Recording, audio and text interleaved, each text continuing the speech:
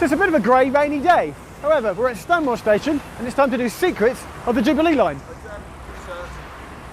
This train terminates at Stanmore. First built in 1979, the Jubilee line is the newest on the London Underground network.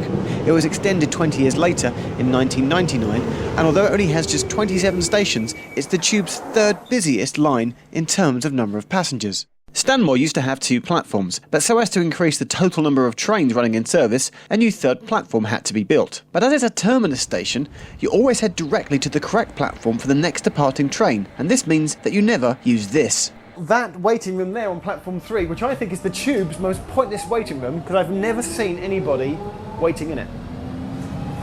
You've probably never been to Queensbury, so next time you do, have a heads up outside the station at the lovely old dominating roundel in the middle of the Queensbury Circus roundabout.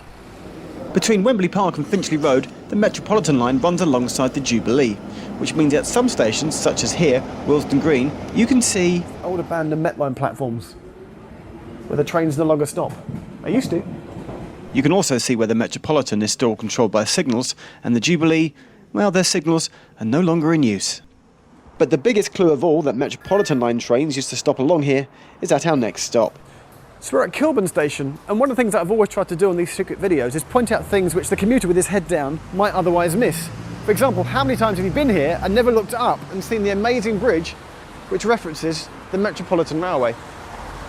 It's also worth noting that because they're so close together, it can be quicker to change from the Jubilee to the Overground between Kilburn and Brondesbury rather than at our next stop. The Jubilee line station at West Hampstead, which is of course just a few seconds walk from the Overground station at West Hampstead, and 30 seconds down the road again, there's the Thameslink station at West Hampstead.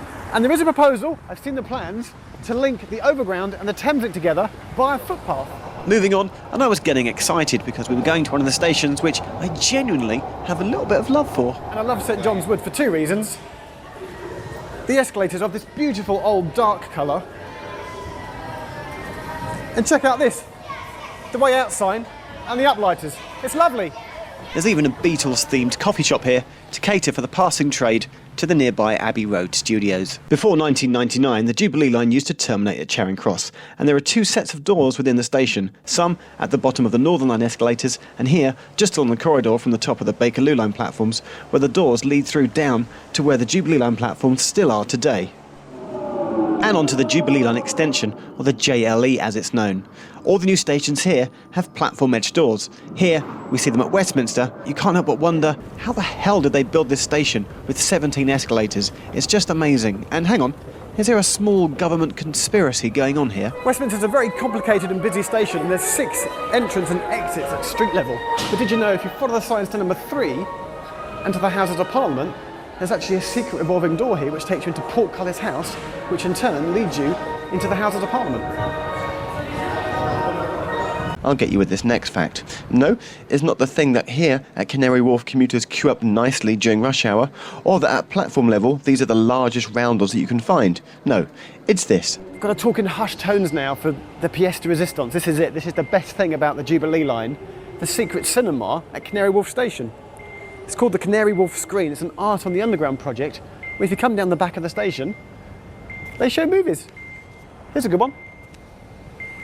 Now, I used to think that Canning Town was just a bus station, until there is, I noticed, the Thames Ironworks Shipbuilding Memorial here, which is really nice. And with Canning Town done, we were at the end of the line. So we're at Stratford Station, the end of the Jubilee line. Hope we've shown you some things and some secrets to look out for next time you're travelling on the tube. I'm off to get the train home, but not this one.